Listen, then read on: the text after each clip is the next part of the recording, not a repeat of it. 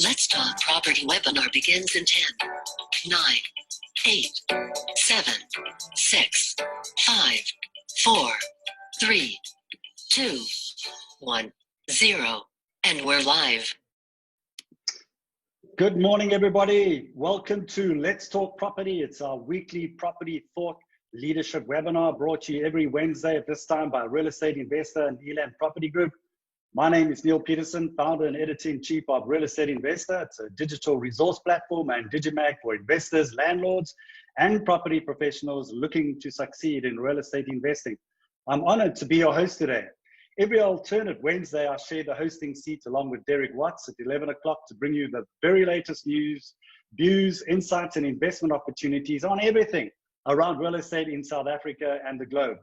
And today, our webinar topic focuses on the truth behind property investments and how you can invest now.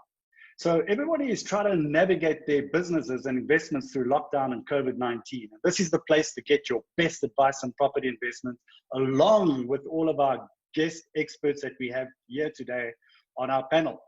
So we're here to guide you, educate you, inspire you, and give you access to information, tools, investment experts, and advice that can help you navigate your property businesses, investments, and improve your lives. So I'd like to welcome you, the audience. We look forward to your interaction and participation in today's webinar. So please keep those questions flowing. And below you'll see there's a Q&A box for those questions. So if you would like to pose a question to any of the panelists, please identify the panelists, pose a question anytime during the webinar, and we will deal with it in our Q&A session during the webinar. There will also be a poll with various multiple choice questions that will pop up on your screen at various levels during the webinar, and we will ask you to vote and select your choice. And we welcome you to for your input on that as well. So today we pull back the curtain and we take an honest look at the good, the bad, and the ugly of property investment. And we have put together really a great expert panel of experts to debate the truth behind property investment today, the market, and how we can invest right now. I welcome our stellar lineup of panelists, and they will share the insights on economy, the rental market, property finances, and investment principles with practical intelligence on where and how to invest in the market today. Research shows that people spend more time on where they want to go on holiday than the time spent actually on their property investments. And many investors rely on the wrong information and advice. And instead of investors educating themselves properly, or even verifying information, or verifying stats that are supplied to see whether they're accurate, which tends to be a basic fundamental error. And it's not surprising that many newbie investors unfortunately make basic mistakes and fail as a result. So some important things that you do need to understand to be a successful investor are understanding the economy and the effect on the property market, market cycles, interest rates, inventory of housing stock, people's behavior, and also the income stability for securing rental income. So today with our experts, we lift the lid on the South African economy, the property market, the rental market, financing, and how that works and how that is stacking up today. And we share on where and how to invest in property today, decimated by lockdown of the coronavirus. And today, we will not only hear the bad news, we will also hear the good news and how best effect to use to invest today. So without further ado, I'm now going to introduce our panelists. So I'd like our panelists to introduce themselves one by one, starting with you, Siphamandla. If you could just unmute yourself, Siphamandla. There we go. I'm making a habit of talking to myself. Good morning, everyone. Good morning to my fellow panelists. My name is Siphamandla Mkhwanazi. I am an economist with FNB. My role there really is to look after the consumer portfolio, including residential properties. So that is what I do on a daily basis in South Africa and across matured international markets. Wonderful. Thank you. Welcome, Siphamandla. And we look forward to your insights a little bit later. Michelle, if you could introduce yourself to the audience, please. Hi, Neale. Thanks for having TPN on your show again. Fabulous to be here. So, my name is Michelle Dickens. I'm the Managing Director and co-founder of TPN Credit Bureau. And we're the specialist bureau that likes to collect data on how tenants pay their rent on a monthly basis, how much they're paying, so we can look at escalation data, vacancy data, all the information that speaks to the risk of being a property investor. Wonderful. And I look forward to that presentation a little bit later, Michelle.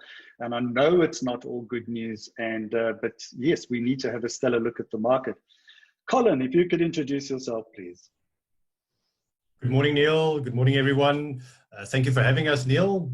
My name is Colin Strumpfer. I'm the Regional Sales Manager for Better Bond in the Western Cape, obviously the biggest origination company in the country. We're the middleman between buyers, sellers, and the banks to obtain them the best possible finance. Just a little bit about myself. I've been in Homelands now for 27 years, and 16 of those have been in origination. So looking forward to this chat. Thank you. Wonderful. So we'd love to hear your experience a little bit later, Colin. Thank you for being on the show. And then Gary, welcome to you. If you could introduce yourself to everybody, please. Thank you. Morning, everyone. My name is Gary Palm. I'm the founder of Paragon Lending Solutions. A little bit of my background is I'm a chartered accountant. I worked at Investec Bank for many years. Started in 2002, so I've been focusing on debt since 2002. I founded Paragon, really coming out of the aftermath of the 2008-9 crisis. And we are a private company backed, actually supported by FNB. We focus on all types of debt, not equity, from bridging finance to short-term loans, and a lot of debt advisory work. So we link to about 115 lenders in South Africa.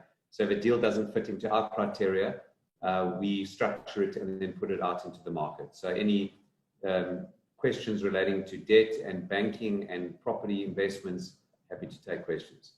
Wonderful. Thanks, Gary. Wonderful having you on the show. And then, of course, Carlo, last but not least, the property coach.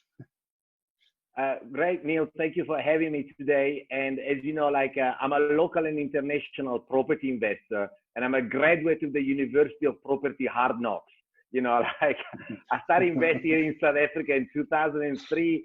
I made a lot of mistakes. I've made a lot of successes. And as the founder of the Property Coach, we really focus on helping ordinary South Africans avoiding the same expensive mistakes, tapping into the power of, investing in property the right way. So I'm looking forward to today's discussion, and we'll see you later. Wonderful. Welcome to Carlo. It's great having you on the show. So without further ado, what we're going to do is we're going to start off with Siphamandla, and he has a very interesting presentation that he'd like to share with us, in particular related to where we actually are and what FNB's viewpoint is in terms of the economy, the market.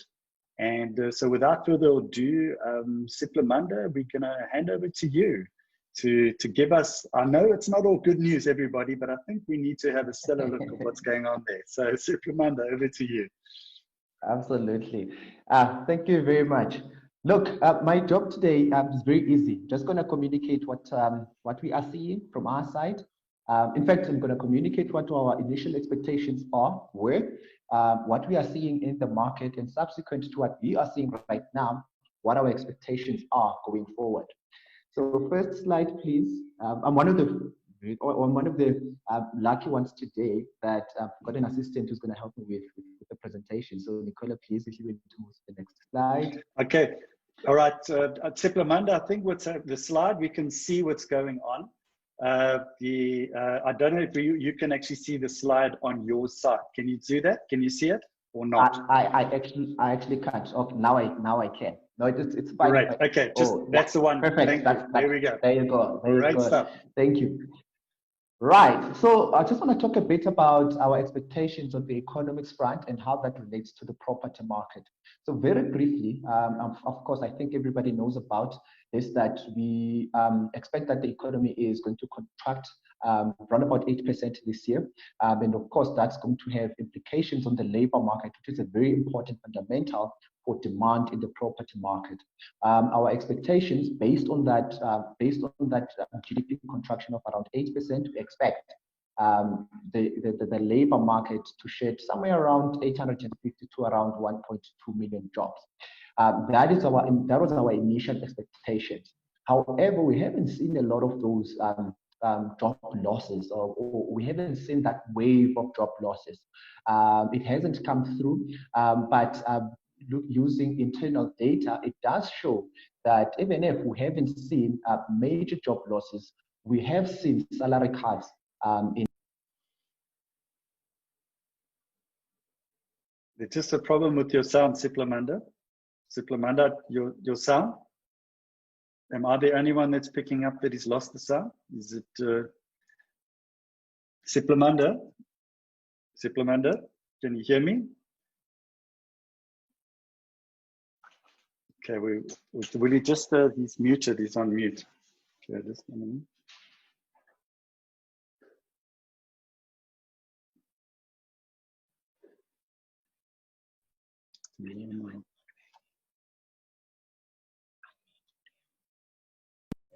Subsequent to, after opening up, after easing okay, off. Siphamandla, okay, we had Yes. a slight technical issue, and unfortunately we missed the gist of what you said right at the start. So I think maybe just start off, just redo it again, because I think it's important.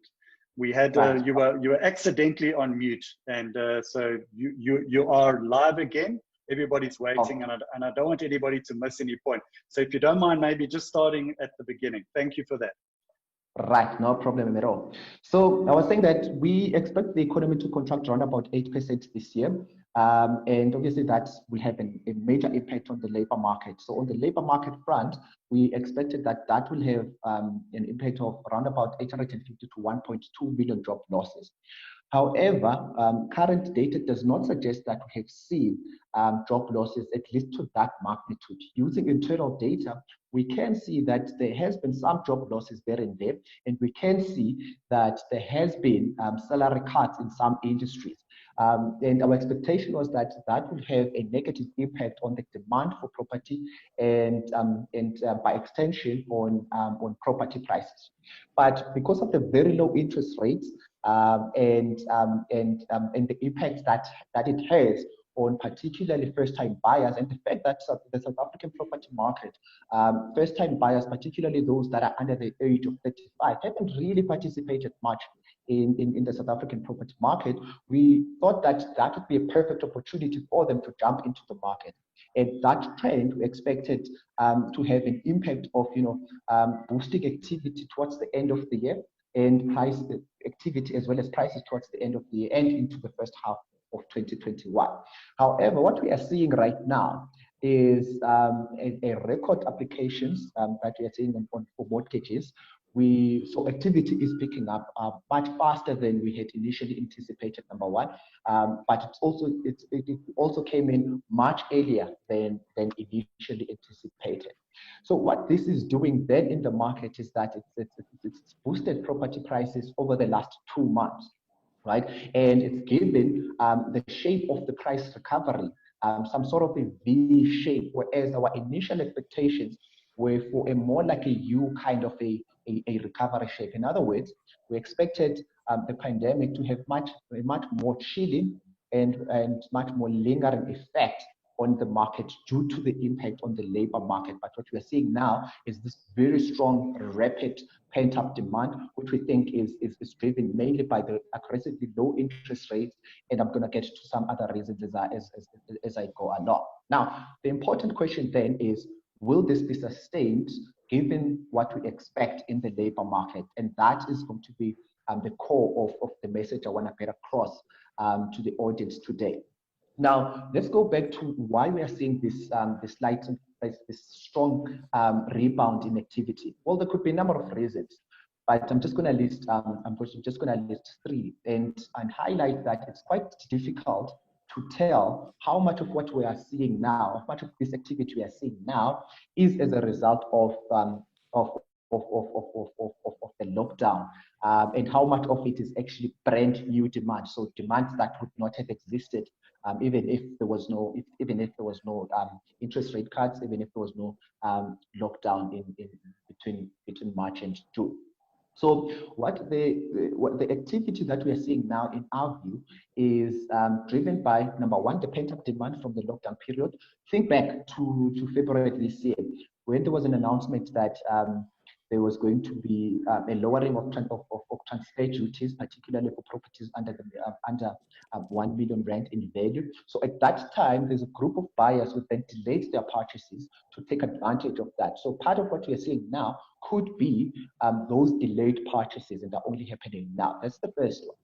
The second one is the aggressively low interest rates are incentivizing renters as well as first-time buyers, to get into the market while interest rates are low and while prices in some suburbs are declining. And I'm specifically saying some suburbs because it's not broad-based. In fact, we are seeing price declines in mostly the affluent segment. So your Sentins, your Camps Bay, the affluent suburbs. It's not broad-based.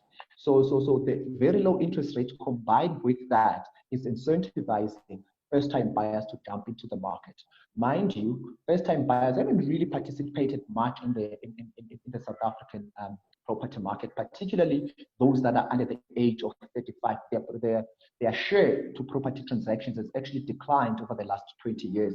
And what we have seen over the last 3 months is that strong increase, is that strong recovery in demand, particularly driven by that type of the buyer. And I'm going to get to that as I go along as well. Now, the last thing is that we are also seeing some early signs of behavioral shifts where homeowners are reassessing their needs, their housing needs as a result of life under lockdown. So we are seeing a number of particularly matured homeowners moving to the second-tier cities, your Kimberley, your Bloemfontein, your PE. And the idea there is that the perception, which is in fact a fact, that you still get value for money there. So these buyers are looking for bigger properties that could offer them additional features such as a study or a more quieter or a more conducive environment for homeschooling, home gyms and the like. So that's all as a result of this life under lockdown. So we had to reassess our housing needs. Now, it remains to be seen whether this is going to be a permanent feature of the market, but we are certainly seeing that at the moment. Now, this is not unique to South Africa, though. It's happening all over the world. In the US in particular, we are seeing homeowners are moving away from cities to more quieter suburbs. We are seeing homeowners renovating their properties. So those that have an opportunity or have the space are preferring to extend their properties and to refresh their living spaces. We are seeing more buyers. It's fine, Michelle, Nicole. It's fine. You can leave it in this slide. We are seeing more buyers wanting to. We are seeing more younger buyers participating in those markets. So the South African case is not unique. We are seeing that all over the world. Specifically in South Africa, we have seen that although there was a deep dive in the level of spending, particularly on durable goods, and I'm making an example here with spending on hardware and furniture.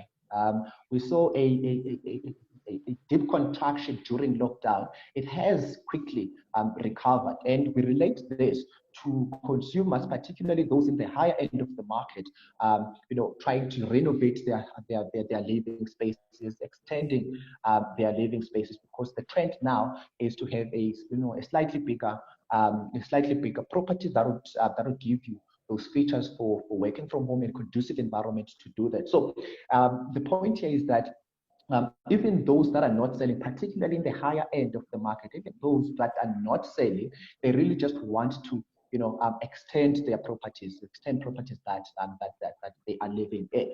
So this has an impact on the level of supply, particularly in the higher end of the market, which is probably why we haven't seen as much a dip in house prices, in that we've seen a lot of withdrawals of properties that were initially put on market for sale.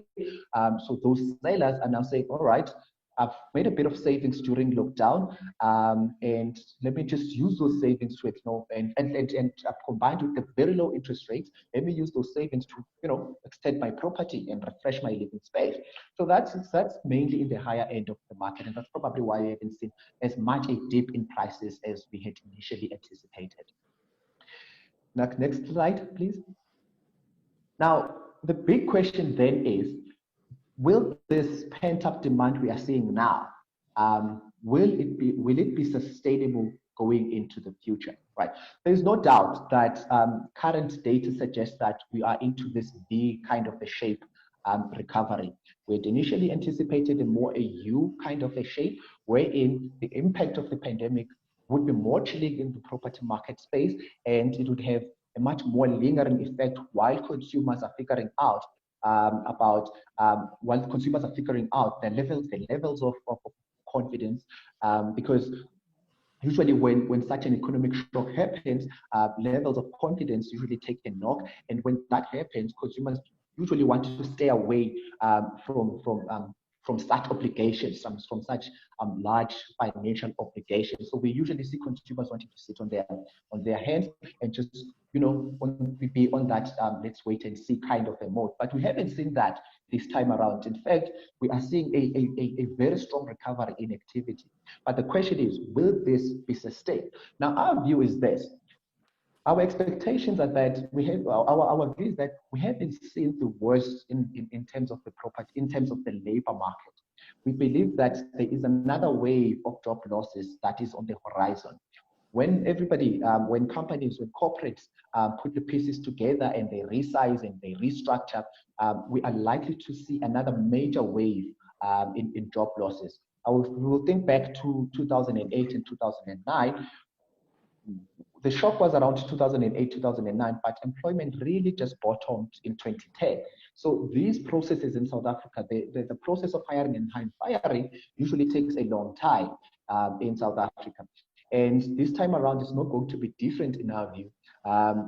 While corporates at this stage are, picking up the pieces, we are likely to see another wave of job losses. Then, when that happens, it's likely then that activity again is going to take a bit, is going to take a bit of a knock. And when that happens, prices are likely to follow suit. But when that happens again, when the economy starts improving, then property market will start improving again. And as a result, it's going to give it that W kind of a shape. So what we are seeing now is just the first part of a W. This V we are seeing is likely the first part of a W. And given that we expect major job losses ahead, it's likely that activity is going to take a dip in prices and therefore give you that W kind of a shape. But the main point here is that first-time buyers are taking advantage of these very low interest rates. First-time buyers are taking advantage of these low prices in certain areas, and that is giving a boost to property market. And the impact overall hasn't been as chilling as we had initially anticipated. So I will stop there, and I'm happy to take questions if there are any. Okay, all right, that's fine. I think you've set the scene. It's a bit of a morbid picture, and so I think in terms of the future, but I think there's going to be debate around that, Siphamandla. But thank you. But I think the whole purpose of getting you on today was to really set the scene, and good or bad news, we've got to take it as it is. We've got to look at the reality, get a reality check of what's really happening, and in terms of our behavior out there. So without further ado, I'm going to ask Michelle if you could please present what's going on in the rental market, because there is also a little bit of decimation, and it's also not good news. And we're not here to be bad news bearers. I just want to let you know that this is what is happening. This is lockdown. This is COVID-19. This is reality. So over to you, Michelle. Thanks, Neale. Can you see my screen? Yes, we can. Okay. So what I want to do today is I just want to take us through some of the high-level data that we've got.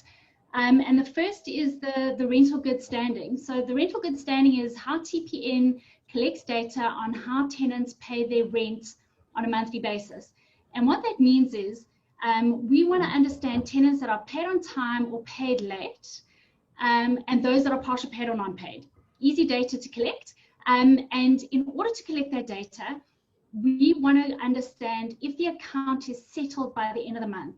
What I mean by that is any amount in the balance brought forward, any arrears, plus the current rent and any additional charges like utilities, parking, etc.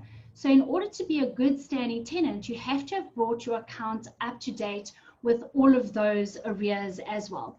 So you'll have a look at the residential rental in good standing, and that's the green line. And you can see coming into Q2, so in Q1, just before lockdown, 81.5% of residential tenants were in good standing with their rent. To give some context to what we saw in 2008, 2009, tenants in arrears were sitting at 71% in good standing in that lockdown period. And to speak to SEPA's W or U or V effect, in the global financial crisis, we had that V. So it shot down, but it shot back really, really quickly. The recovery was quite quick. And then it took 2 or 3 years to peak out at 86% of tenants in good standing in 2013, 2014, and we have a slow deterioration through to 2020. What we've seen in the lockdown quarter is we've dropped down to 73.5% of residential tenants in good standing. And there's certain sectors of the market that have been more affected, and we'll speak to that just now. Importantly though, what have we seen in the commercial market? In the commercial market, here we're talking about retail, industrial, and office tenants. And again, for a tenant to be in good standing, it means that they've settled their accounts in full. So any arrears that they may have had, plus their current month's billing, rental plus additional charges, and that has rock bottom slashed down to 50.36%. In other words, 1 in 2 commercial tenants are in good standing with their rent in Q2. And that's mostly driven by those arrears. So even though you start to see a recovery in terms of current month payments, there is still a backlog of arrears on our commercial tenants. And this is after rental discounts and reversion of rents, etc., have been applied. So really, really scary data coming out of that. And if I can just share where we're seeing it. So we separate the retail, the office, and industrial. Retail tenants sitting at 45%, industrial at 58%, and office tenants at 66%. So referring back to SEPA again from FNB, where we might see more challenges in the labor market, absolutely. If our commercial tenants aren't able to pay their rent, there's going to be a cost saving somewhere, and salaries is obviously one of those areas that are generally high cost, and we'll probably see a decline in labor numbers. So onto the distribution of where we see the residential market, and I'd just like to share this slide because literally over 70% of tenants rent for below 7,000 Rand per month. In fact, we're seeing a growing market share in the 3,000 to 7,000 Rand category as tenants start to downscale. We've seen the above 25,000 market share, the luxury properties, decline from 1.8% to 0.9%. So absolutely, people are starting to downscale. And even in our below 3,000 Rand market, where we still have pent-up demand because of high vacancies, and I'll share that data in a moment, what we've seen is landlords very risk averse at the moment to take on delinquent tenants in that area of the market. So from a provincial perspective, Gauteng and KwaZulu-Natal faring the worst. In fact, barely above 70% of tenants in good standing in both the Gauteng and the KwaZulu-Natal market. Western Cape still managing to stay at the top of the market, managing to stay above that 80% of tenants in good standing, and the Eastern Cape there or thereabouts at 79%. Looking at by rental value, this starts to tell a story. Those luxury properties, those above 25,000 Rand properties, now plummeting down to 60% in good standing, speaking to that shrinkage in that market share of that market as well. And are below 3,000 Rand, traditionally the most challenging market as well, dropping down to 62% of tenants in good standing in that market as well. And then our 3 to 7,000 Rand category is sitting at 73%, and our best performing tenants at 80%. That's the 7 to 12,000 Rand range.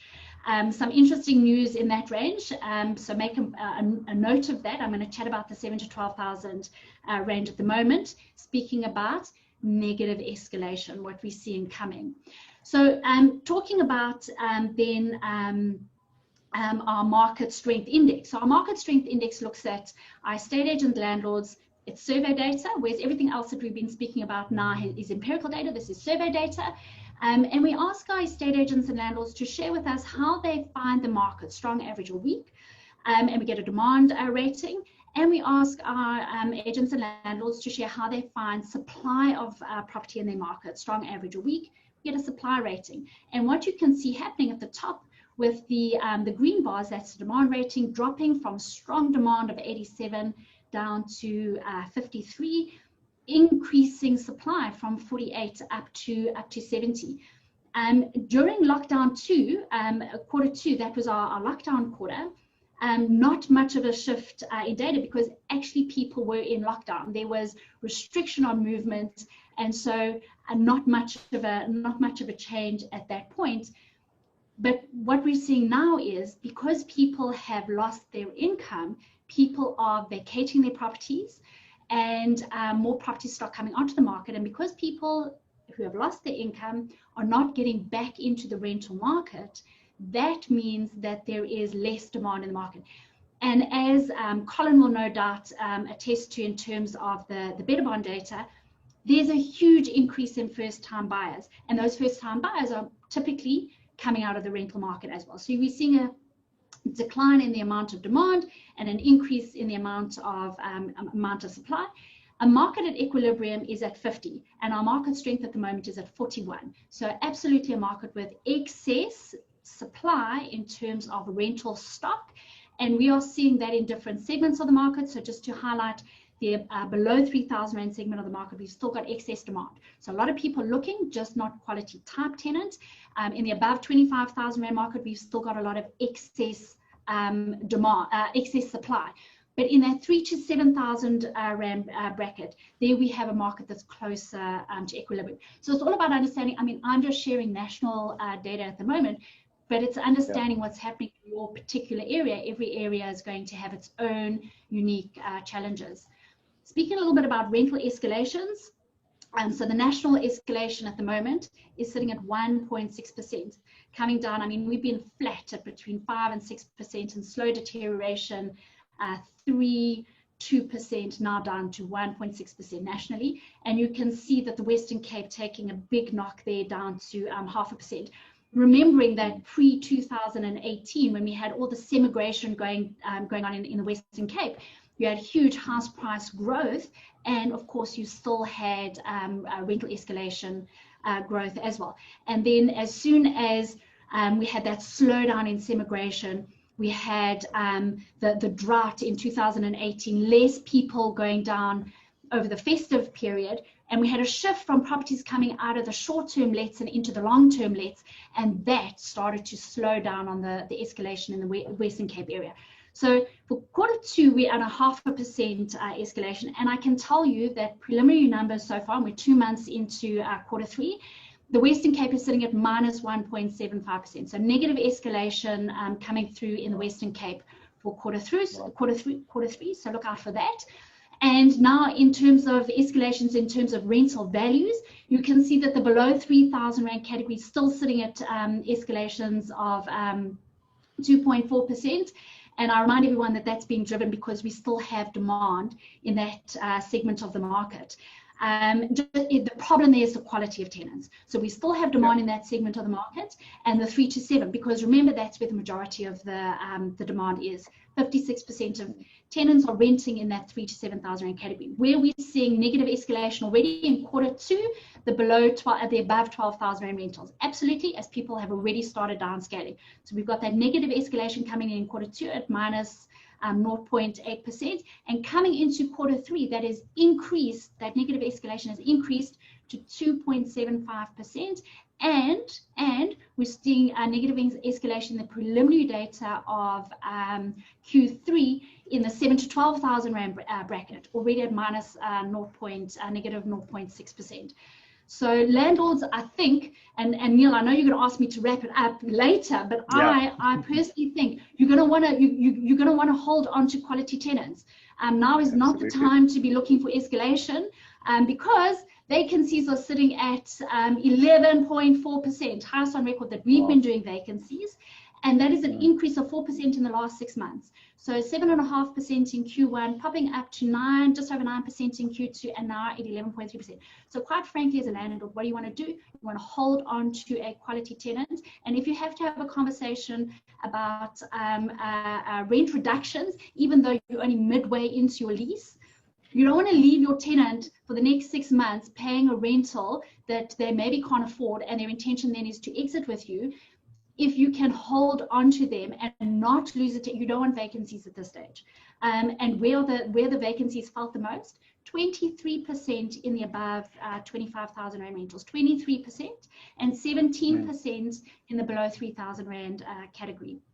Only 10% in that 3 to 7,000 rand category. So it's absolutely about understanding where your property is in, what area, what rental bracket, and then applying the learnings and the risks that we're seeing, and be forward thinking about those risks. Great, thank you very much, Michelle. I think you've really gone into great depth, and I think you've opened up a whole can of worms here and a lot of discussion and debate. Colin, we're going to go over to you, and I think it was important that we got both Siphamandla and Michelle just to set the scene. So I would like you, Colin, just to tell us what's happening in your world. Obviously, you deal with all the banks. You obviously, bond as a mortgage originator. You supply and finance. Can you tell us what's happening in your world right now? Yeah, thank you, Neale. I think I'm going to probably echo a lot of what Siphamandla has said in what they're seeing, and that's obviously what we're seeing from the banks as well. I just have one slide I want to share quickly, and I'll keep it up a little bit just for everybody to see.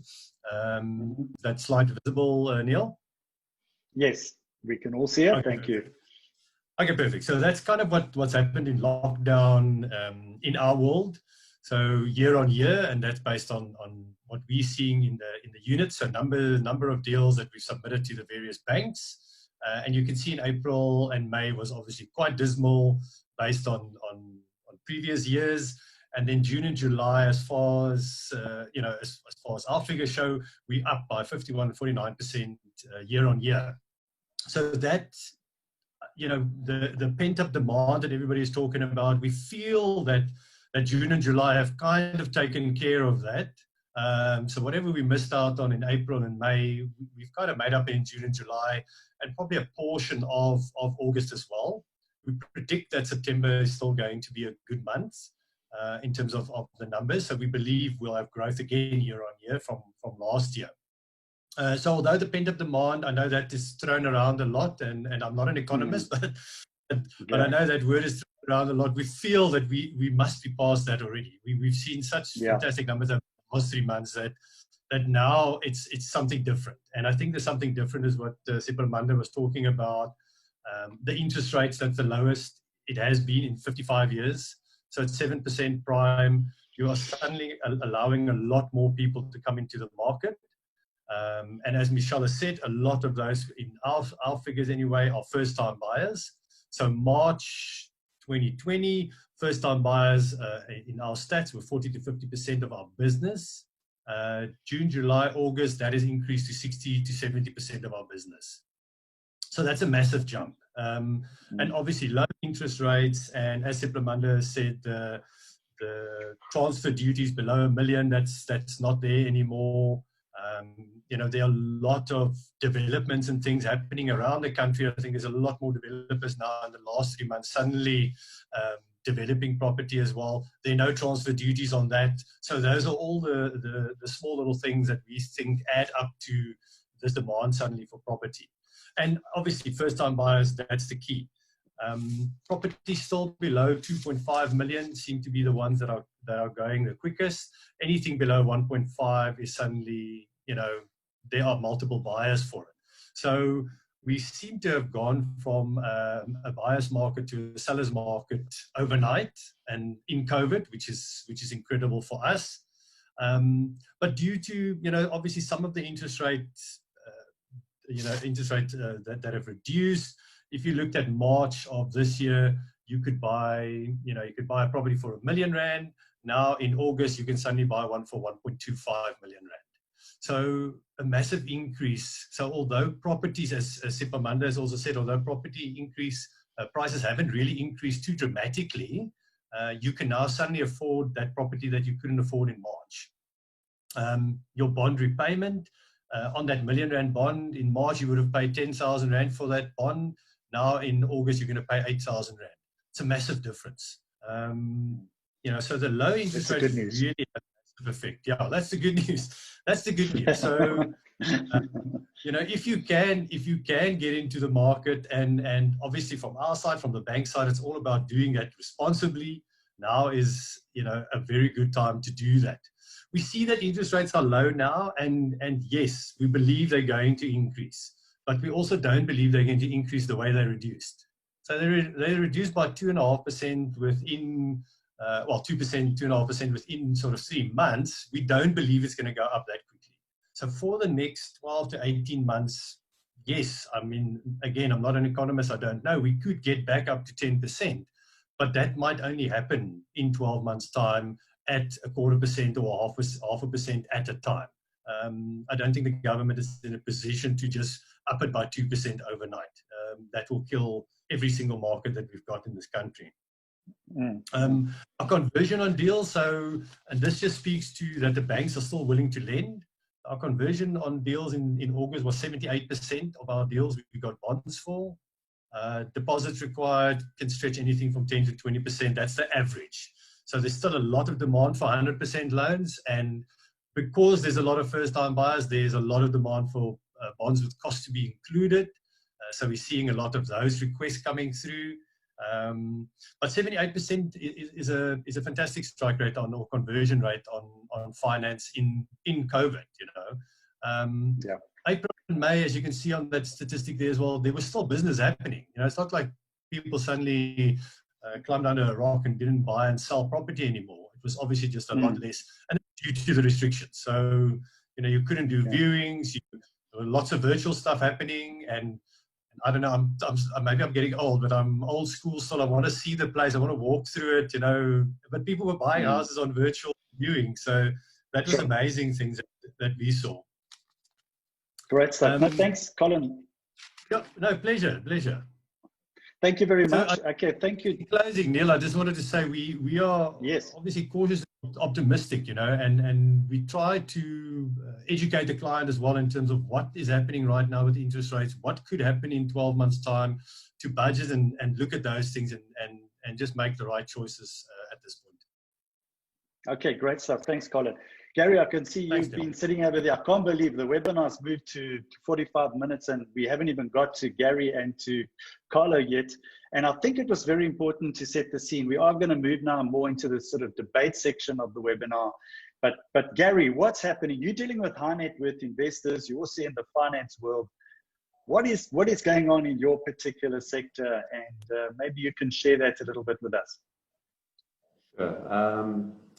I think we need to give credit where credit is due in terms of the banks, because the banks often get and other lenders, but mainly the banks get a hard time. Just interesting statistics that came out of the banking report recently, the Banking Association of South Africa, is that the banks were completely aligned with the borrowers when it came to COVID and giving payment holidays, and that's very important. And to be honest, so did the landlords when it came to dealing with their tenants. But if I just focus on the banks, the banks, there was a perception risk. If the banks came down hard on their borrowers, it wouldn't be good from a perception perspective. So interesting stats is that for, I think, 95% of businesses who applied for holidays received them, and 84% of individuals. That's a massive number. So the banks gave payment holidays to the value of about 33 billion rand, correlating to asset values behind it of about 500 billion rand. So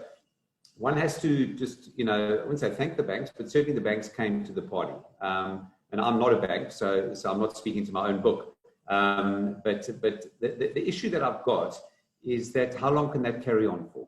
So what's happening now is the banks were very, very quick to offer payment holidays, and maybe not all the documentation was signed in time. There was just an influx of people, asking for payment holidays. Maybe they signed a one-pager and away they went. But the Reserve Bank has said, you've got until the end of the month to get your paperwork in order. Failing that, we're going to, let me say, inverted commas, penalize you. But in a way they will. So I think now what's happening is that landlords now are not going to be aligned with the tenants, and banks now are going to start putting pressure on their borrowers to say, we've been good to you, especially landlords, giving you payment holidays, maybe some rent-free periods. But we're getting to a point now, 6 months down the track, you need to come to the party. And that's where I see the issues going to arise, because the tenants are going to say, I'm not talking necessarily about individuals, maybe some individuals, I think also some stats, now 30% unemployment rate, and just following on from the other speakers, I think unemployment is going to increase. They can't afford it, so the tenants are going to now have to start proceeding legally. But the borrowers, the SMEs, and that's mainly the space that I focus on, SME and property developers, their businesses, they have to retrench. It's going to take a while for their businesses to improve, and the banks are going to say, we can't. So I think there's going to be an impasse there.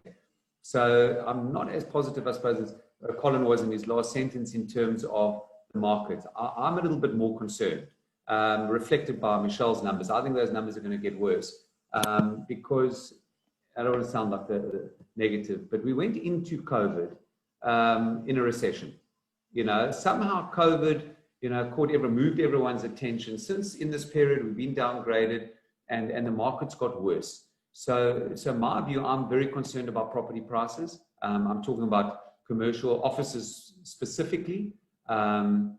Industrial property seems to have held their own with, assuming you've got strong tenants. Industrial was okay. What Colin's comments about residential on the lower end's fine. I think it's the higher end's going to get decimated, in my view. And I'm speaking on behalf as a lender, but also as an investor.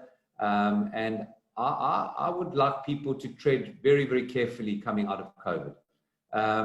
A question, well, it's not really a question, a statement, which hopefully Colin will answer later, is that, this first-time buyers, about maybe 2 years ago, the cost of rental was way less than the cost of ownership. Now, obviously, that's moved with interest rates moving, but I do fear that, a person moving out of a rental to buy their own property, if they couldn't afford it at 8% in terms of prime, and suddenly prime's dropped to 7%, we know prime's going to go up. It's inevitable. It's going to go up. So Colin made a good point there in terms of budgeting, and one has to do a forecast and say, where does prime have to go before I can, not afford it anymore? So in summary, I'm happy to, take questions in terms of property investments, yes, which I'll do. Absolutely. But I'm a little bit concerned about where the market's Yes, going. no, well, thank you, Gary. And yeah, look, and probably it's not the message that everybody wants to hear, because we've got investors, we've also got, a lot of agents on here. And of course, Carlo, you're dealing with students, you obviously promote property investment and that kind of thing. And I mean, we all love property. And the thing is now, what do you say to somebody who wants to get into the market now?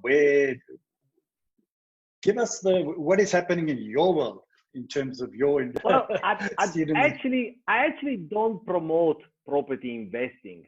I promote education and knowledge about investing in property. Good point. Some of us of a certain age will remember a guy called Bruce Lee.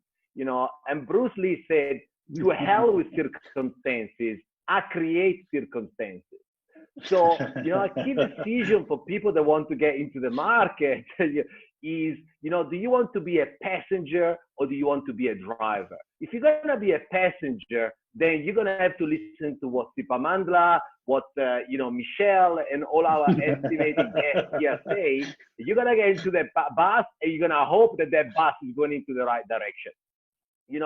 But the opportunity here is that with a little bit of knowledge, a little bit of tools, and a little bit of action, you can dramatically beat the averages, quite simply. So, you know, I'm always thankful for some of the research that FNB pushes out on a regular basis. And one of the pieces of research that Siphamandla hasn't touched upon, you know, is that 19% of the people that are selling properties in South Africa as we speak are actually selling because of some sort of financial distress.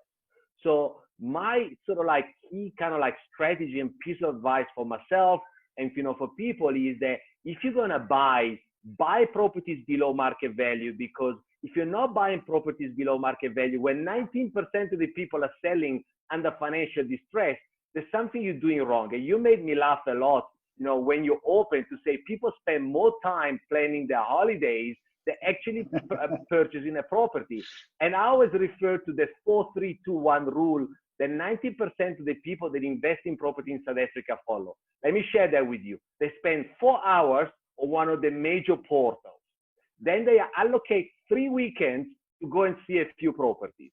Then they make 2 offers, and then one has to happen. Okay? And I see like a few giggles, you know, with my fellow panelists, because they know that's how 90% of the people in South Africa invest in property. And I'm here to give them really bad news. If that's how you're going to invest in property, well, you better pray a lot moving forward. So because, you know, the easy times of easy money with property are finished, but what we've got now, we've got a double-edged sword. And a double-edged sword is a property market where you can make a lot of money. And if you're young, you should be very thankful about this crisis, at least from a financial perspective, because it provides you the massive opportunity, but you got to know what you're doing. So that's really sort of like a key message that I'm sharing with you, you know, with all our property fans online today. So Carlo, I mean, you know, we most of us are investors here. I mean, are you also suffering as a result of tenants not paying and all that kind of stuff? So you're also getting a little bit of distress out there, right? Yes, we all are. But, you know, I think it was Baron Rothschild that says, you know, make the most of the opportunities, buy when there's blood in the streets, even when the blood is yours. Okay. So this is about an opportunity to do a blood sort of like, you know, you're gonna drop a lot, but you know, if you're taking the right action, you know, I look back at my career as a property investor, and 2008, 2009 is really where I saw the seeds of what I've reaped 5 to 7 years later. But if you're not gonna take action, you're not gonna take the right action now over the next, you know, 12 to 24 months, you're gonna wake up in 10 years time and says, I wish I'd bought more properties in 2020 or 2021. Absolutely. Thanks. Nicely put there, Carlo. You're in the education business, and I think that's absolutely what it comes down to. Siphamandla, you can just unmute yourself there. There's a lot of questions, and what I'm going to do is there's going to be general questions. Some are aimed at Siphamandla. I'd just like to ask the panelists if they just put up their hand. If they want to add to the discussion, please do. And I encourage you all to get in. I know, Michelle, there's also a question coming up for you. There's lots on the rentals over there. So Siphamandla, question is, do you think the trend of moving to second-tier cities is long-term, or is it a trend that will end post-COVID? Right, that is a fundamental question. I think COVID, look, in the corporate world, we had already started seeing this trying to work from home, particularly the company that I work for. We had already started this, right? I think COVID just exacerbated it, and I think that's where the world is going. Of course, I like to, you know, compare this to a period that Michelle touched on, where we saw a number of people moving from the inland to Cape Town, and that drove property prices in those regions. But at some point, it has to come to an end, right? Because there's only so many people that can move. So I think a similar kind of a picture here. Yes, the post-COVID world will be different. There will be more working from home, and you know that trend is probably going to become more prominent. But at some point, it's going to normalize. And in my estimation, I think over the next year, we're probably going to see more of it, but it will come to an end at some point. Okay, excellent. Obviously, a lot of it is probably going to do with sort of the home office and that kind of stuff, and moving out to a place that is less expensive. But great, thank you. Michelle, just for you, There's a question. I see massive decreases on rental prices, especially in Cape Town. I mean, you actually brought up that point. Is it worth it to drop my rentals and get a possible difficult tenant or tenant who defaults on payment? Or is it better to have no tenant at all? I think that's a key question, isn't it, Michelle? What are your thoughts on that? Neale, absolutely. So in terms of having a quality tenant versus a high-risk tenant versus having to go through an eviction process. In terms of lockdown level 3, eviction orders were being granted. So landlords are able to achieve their eviction of their tenants. Absolutely, in terms of the commercial, not only are you going to get your eviction, but you're going to be able to execute on that eviction order. In terms of the residential market under lockdown level 3, you could get your eviction order. The problem was that evictions were stayed at that time until the end of lockdown level 3. So when we had, and they were being issued with 5 to 90 days after the end of lockdown level 3. So when lockdown level 3 ended in the middle of August, that means that some of those evictions that were given 90 days stay on execution, landlords have tenants that are sitting in their properties right now, not paying rent until the 17th of November before the eviction can be executed on. In terms of lockdown level 2, eviction orders can be granted, but they are stayed until, wait for it, the end of the national state of disaster. And that is moving goalposts because we don't know when that is.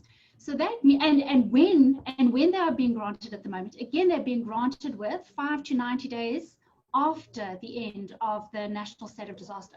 So right now, if it was me, I absolutely would be hesitant to take on high risk tenants, simply because once they're in your property, and should you need to go the legal process, at this stage, we don't know when executions will be, or evictions will be executed on. Would you deal with all delinquent tenants the same? Because, you know, and so my question is really around, are some tenants, can you rehabilitate them? Is it possible? And how do you define who can be rehabilitated and who cannot? So when TPN, when we entered in the lockdown, TPN produced a rental recovery pack. We made it free, and everybody, I hope, knows about it, because it was freely accessible to the market. And that was the point of what we were trying to do, is we were trying to make solutions for the market. So the rental recovery pack was about allowing tenants who were in a difficult circumstance because of loss of earnings, that they could then apply for rental discounts or deposit utilization agreements.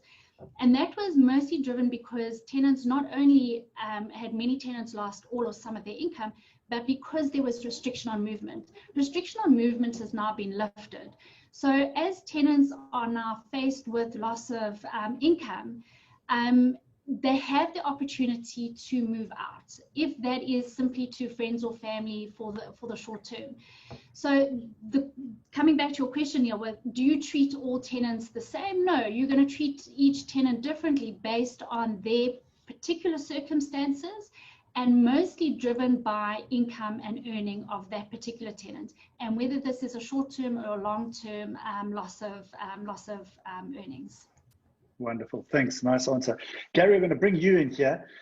Gary, I mean, you have got obviously a distressed client. What are you telling them? How can you take your business now to the next level, and how do we make it sustainable? And are you still saying, let's promote investment? Is there still argument for people to invest now? Yeah, I think we're in a stage now of, especially when dealing with SMEs, it's the same logic as in the rentals. You know, you want these SMEs to survive. We are in a survival mind frame at the moment. So we have to, from our own book, support our clients as best as possible. We are seeing pockets of excellence in terms of certain industries are performing particularly well. But we are seeing some few horror stories as well, and it's how you support your clients through good times, but definitely through bad times. So we've taken a view as a lender. We're working with every single client so on a daily basis, but certainly working with them to assist them. In some cases we've actually advanced funds to clients, even if they're having a bit of difficulty, because we can see the growth opportunity. So from an investment perspective, I think what we will see, especially in the commercial property sector, you will see, and we've seen it already, some fantastic transactions coming on onto the market. That's probably, as Carlo mentioned, probably is a case of distress. But I believe that we're not quite there yet. I think that the stress will come in a few months' time still, and I think there are going to be great opportunities. I would sort of advise people to start engaging with their financiers to keep their powder dry and get ready for these big opportunities. And somebody once taught me this. I know Carlo's got a few sayings, so I'm going to throw one saying in as well. Somebody taught me this because I saw a fantastic deal the other day, and a partner of mine said, Gary, there are assets you don't want at a price you can't resist. Now, it's those assets that you must walk away from. You think you didn't really want them. You know in your gut you don't want them, but they're so cheap that you think, let's go for it. Those are the assets that you have to avoid buying. They're going to be more coming on stream. So the advice to clients is we are now putting facilities in place for clients, getting ready for potential opportunities to come. Excellent, thanks. Moving over to you, Colin, there's a lot of talk around first-time home buyers and why they should enter the market now. What percentage of your home loans applications are actually from first-time home buyers? So prior to lockdown, so in March, we were sitting at about 40%, 40 to 50%, somewhere in that range.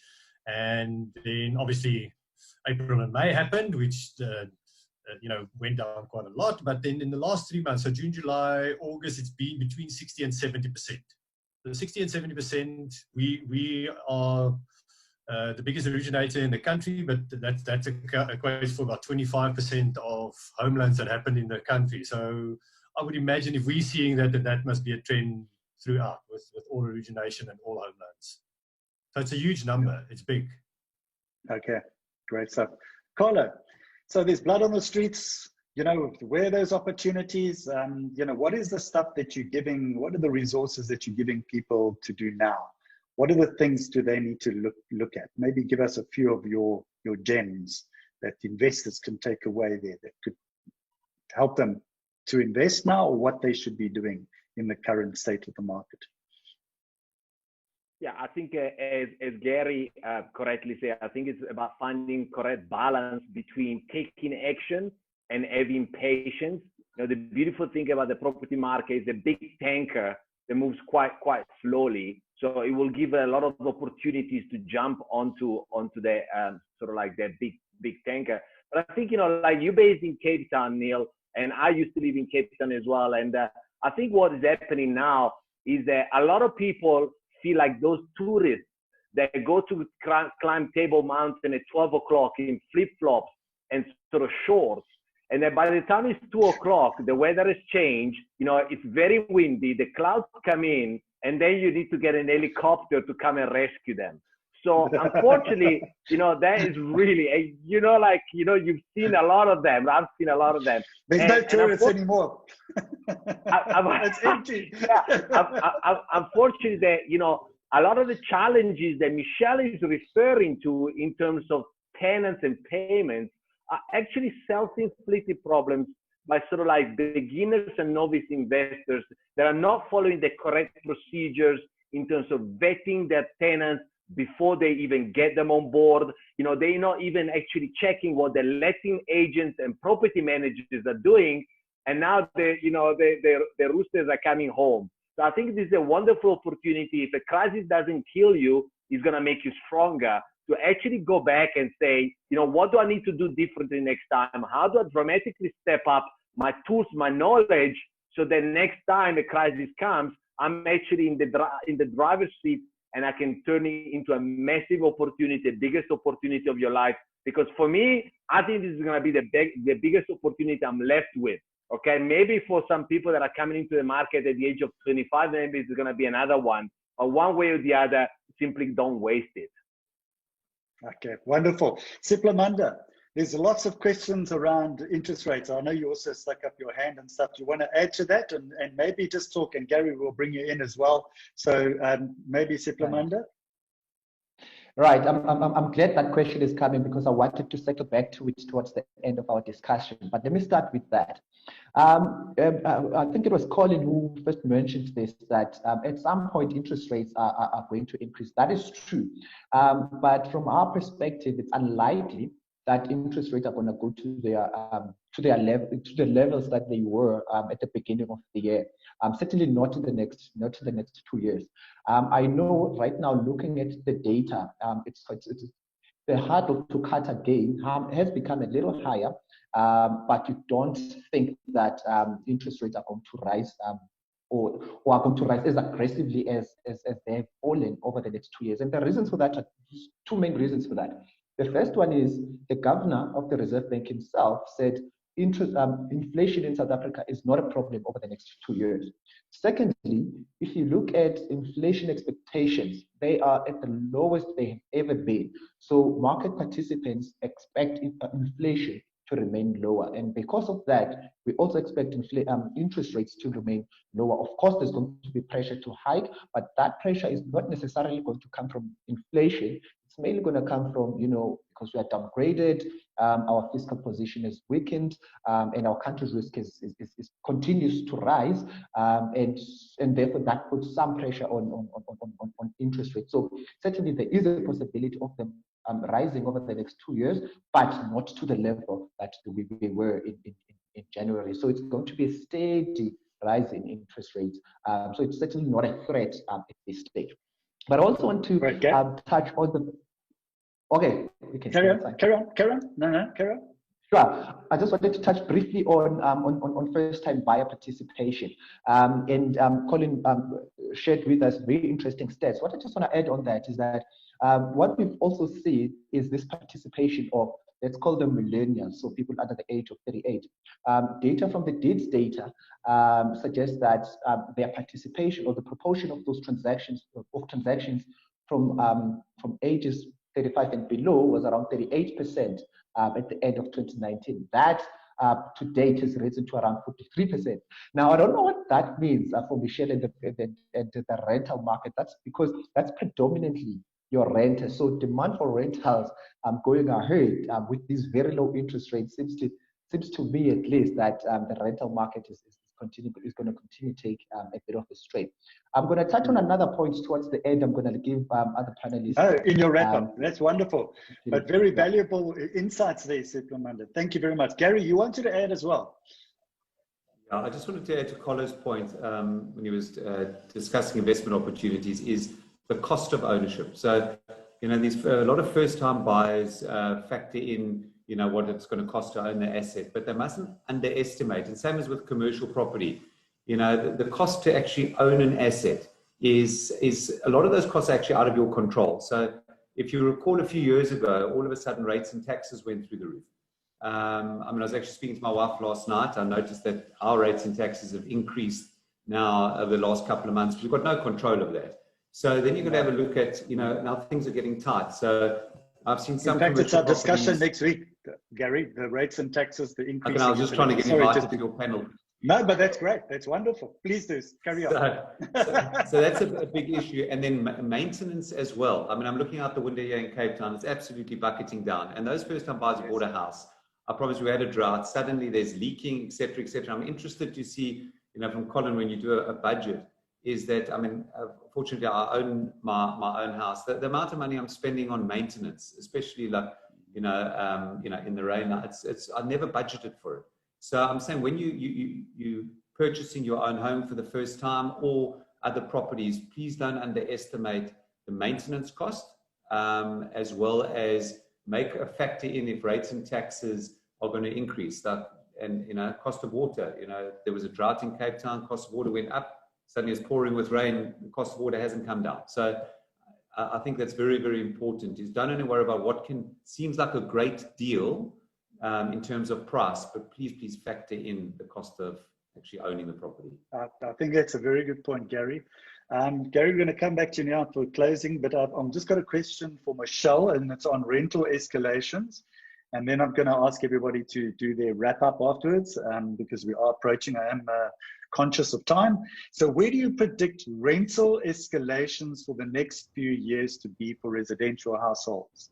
And what happens when the tenant has fixed a 2-year lease with a fixed percentage rate increase? So I'm going to start it off with just sharing what we're seeing in the July and August data from a rental collection perspective. And in terms of good standing ratio, I've quoted on what we see the figure at for Q2, but I can tell you for July and for August, there has been no recovery. So we are not seeing a V shape at the moment. We are seeing a U shape going nowhere from a recovery perspective at the moment.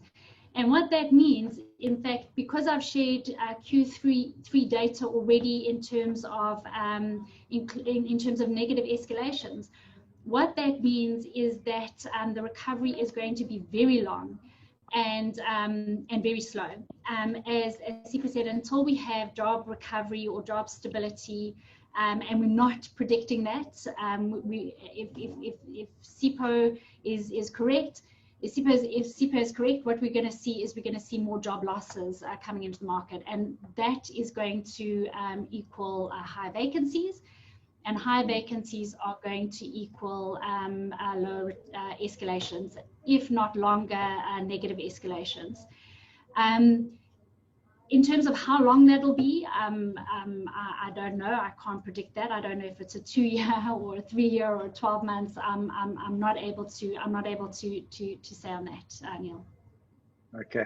No, thank you. I mean, it's not good news, but I think it's reality. It's also the same in the United States. They've lost 20 million jobs. In South Africa, we've lost 3 million, of which one economist told us that's actually 1 million is permanent. And he says there's a lag effect, and they're predicting in America, in some circles amongst the property experts, is that there's going to be a real estate crash in 2021. So it's not bad news, it's opportunity, guys. As Carlo said, there's blood on the streets, jump onto it, there's opportunity. So don't everybody see that's the end of the world. You know, everybody recovers. We all recover at the end of that. Okay, so what I'm going to do, guys, is I'm going to go around to each one of you for your 4 or 5 minute wrap up, because we are approaching the end of the webinar. And I'm going to start up with you, Gary, because I know you've got an urgent appointment. I know, you know, we got you at the end. You've given such great insights at this webinar. So if you can maybe give us your closing thoughts, your parting shots, and leave somebody with something that they can take away, maybe something positive, what they can do. Somebody with a, you know, whatever situation they're sitting in. So over to you, Gary. So, I mean, we're quoting a V recovery. Michelle just mentioned a U. I think it's an L. I don't think it's an I think it's an L. I think the worst, I don't want to sound too negative, but let's just be realistic, and then let's just prepare for it. So I think we're in for a difficult time for the next while. And if one of the listeners, own property or their businesses, and they feel that they are struggling, my advice around that in dealing with lenders, whether it's the banks, non-bank lenders like myself, is don't disappear. Be over communicative. Go to the lenders and say, this is where I'm at the moment. And any lender like a bank will want to see complete transparency if you're going through a difficult period. So that's sort of point one. And point two, opportunities definitely will arise. Absolutely no question about it. As Carlo mentioned earlier, don't jump onto the first opportunity. Seek advice, especially for first-time buyers, from people that have seen multiple cycles to determine what's a good asset and what's not a good asset. But opportunities are going to arise. So if you can start developing a little bit of a kitty, get the bank funding ready in anticipation of these opportunities, that is first prize, because the opportunities will come. Gary Palmer of Paragon Lending, thank you very much. It's been wonderful having you on the panel today. I know you need to rush off, and so we'll excuse you. But thank you for your input. I think it's been fantastic, and we will chat soon. All right, so Siphamandla, thank you, Gary. Okay, Siphamandla, can you get to your closing comments, please? Right. And your final thoughts, because I know you wanted to add to your last point as well. Right. Okay. Let me start with an answer to Carla. He mentioned a very important stat that from what we are seeing, around about 19% of sales right now are due to financial strain. That is absolutely true. However, about 55% of that still goes back to the market to buy a property, right? So it's not, that demand is not all lost to the property market, and that's important. But my closing remarks, I would say that it's been positive over the past 2 months. Interest rates, the very low interest rates have certainly helped. And first-time buyers, as we have continuously said, are taking advantage of that. However, we would like to point out that we would like to flag that I mean, the headwinds ahead coming from the labor market.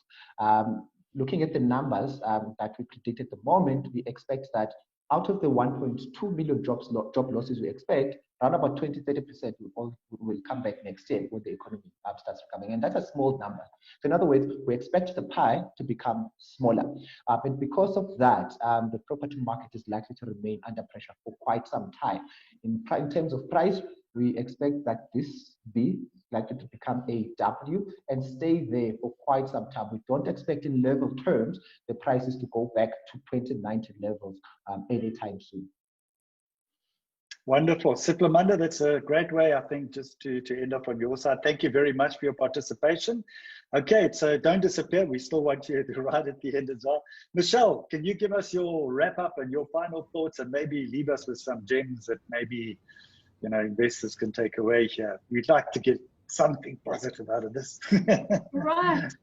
Yeah, so I guess that the real answer is that there are going to be opportunities on the market. There have to be, because I'm hearing words like they're going to be a tsunami of distressed properties coming onto the property market, and that's worrying.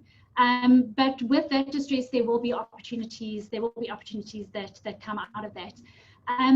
Honestly, from a TPM perspective, our advice is always stick to placing quality tenants. Don't lower your goalposts simply because of the market that we're in at the moment. Protect your assets.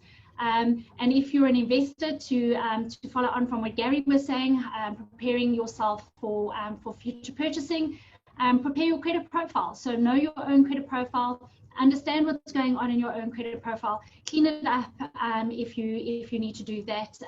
Dispute data that's inaccurate. There are processes that you can follow, and the first starting point of that is getting access to your own free credit report, and then disputing anything that's inaccurate, and close those non-existent or non-necessary accounts. Wonderful. Thank you for ending off on that note, and thank you for your contribution today, Michelle. TPN, it was fantastic, even though it wasn't good news. And I think we have to have it's the acid test. We've got to know really what's actually happening out there and get the real message.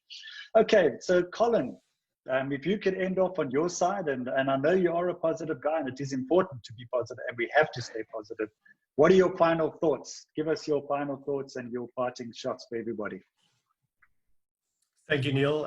Yeah, I just wanted to add a few points. So on the investor side, as Carlo has said, make the right choices, do your homework, make sure that that is the right deal for you, but also love the deal, not necessarily the property. I think that's always an investor saying, So just make sure, do your homework, and you do the right deal there.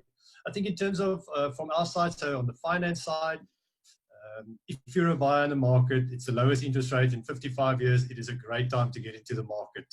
If you're a first-time buyer and you've done your homework, you've done the right checks and what have you, make sure that you do that. If you're a seller, an estate agent out there, make sure that your buyers are pre-qualified. We are seeing phenomenal conversions on pre-qualified buyers, rather than just, especially in COVID times, driving people around that could potentially not qualify for the home loan. And then lastly, I want to end on that the banks are open for business.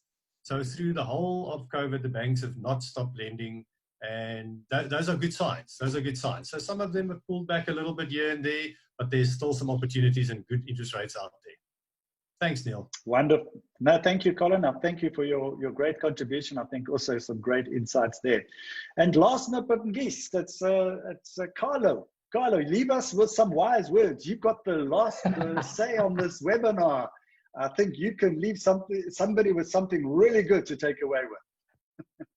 Well, I think that, we focus so much on short term, and in 12, 18, 24 months in the property market is short term, that we actually forget about the long term. I came here in South Africa in 99. Still today, I'm so fascinated by so many prophets of doom that are everywhere in South Africa. The difference is 99, the average house price was 200,000. Now it's 1.6 million. So ask those prophets of doom if they wish they had bought more properties back then, okay? So, go out there, take action, take the right action, buy the right property at the right time. And I think we just finished Women's Month. And if you look at it sort of like fundamentals, we are blessed in South Africa, with this upswing, incredible upswing of women entering the property market and dominating the property market, and they're making a massive impact. We haven't touched upon that. So, that's really, invest in your knowledge, invest in education, but don't wait for all your stars to be aligned, because they will never all be aligned. And, thank you very much for having me. And thank you for our fellow panelists for sharing some really powerful knowledge and information with us. Wonderful. Thank you, Carlo. I think it's a wonderful way to end off. And I just want to thank once again to all the panelists. I think you've been fantastic. I think it's been a magnificent debate. And even though it hasn't been all good news, I think we've left people with some really, really good nuggets of information and gems that they can take away with and that they can use. And in fact, and what action they can take, because everybody's looking for answers. Everybody's trying to find a way forward. Not easy times, but we've got to work our way through this. So I want to thank each and every single one of you. Siphamandla Mkhwanazi of Economist of FNB, Michelle Dicken, she's the founder and MD of TP and Credit Bureau, Gary Palmer, who is the CEO and founder of Paragon Lending Solutions, Colin Strumpfer of Better Bond, and Carlo Mariani, the founder of The Property Coach. So I want to thank you, the audience. Thank you very much. I know we went on a little bit longer than we normally did. Unfortunately, we didn't get to all the questions. There were lots of questions. We did see those questions. We're going to post them on the REIMAG website under education and ask the experts. And we will refer a lot of those questions to our panelists today. For those of you who had to leave early or even missed this webinar or would like to pass it on to somebody else, you can access the recordings on the REIMAG website. That is under shows. You just click on shows tab and you click on webinars and you click on Let's Talk Property, and you can view it there at your leisure. And I just want to leave you with an inspirational quote, because not everything has been fantastic today, but it comes from Albert Einstein. And he said, education is not the learning of facts. It's not the learning of facts. It is rather the training of the mind to think. So I'd like to leave that with you and leave you with that thought at this particular webinar to thank you all. Don't forget next week's webinar. I'm off duty next week. Derek Watts is in the hot chair, and we're going to be talking about the rising costs of utilities, rates, taxes, levies, security, etc. In fact, it was brought up earlier on in this discussion, and that's the other concern. So we need to tackle these issues head on and discuss it. So Derek's in the hot chair next week, and he'll be discussing that at the same time, 11 o'clock next week. And then, of course, don't forget to if you want to get a link for that, there's a link below. You just click on that link for next week's webinar. Then don't forget our virtual property masterclass for first-time home buyers and investors. We've heard a lot about them today, and that's certainly the area where we think there's opportunity. And that's going to be on Wednesday, the 14th of October, from 10 o'clock to 1 o'clock, and we're going to have multiple guests, multiple breakaway rooms, and massive opportunities to network. So please register on the link below. We look forward to seeing you there. So once again, I'd like to thank all our panelists. I'd like to thank you, the audience. Thank you again for joining us. We look forward to seeing you next week. And this is Neale Petersen of Let's Talk Property, signing out today. Have a wonderful day and stay safe.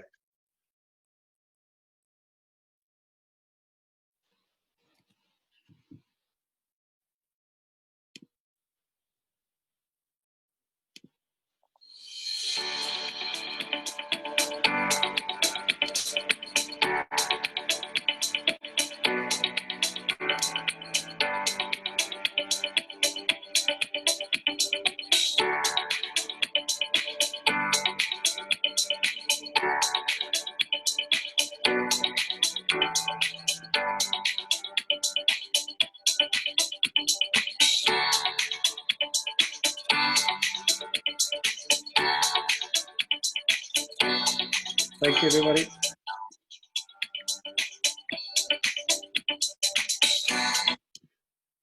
I'm going to message you. Thank you. Thanks, guys. I'm going to message you. You can do a quick debrief if you want to, but thanks very much. It was wonderful. Thank you for your participation. Thank you. Thanks, I'm just Neale. going to exit out. All right. See you, everybody. Bye-bye.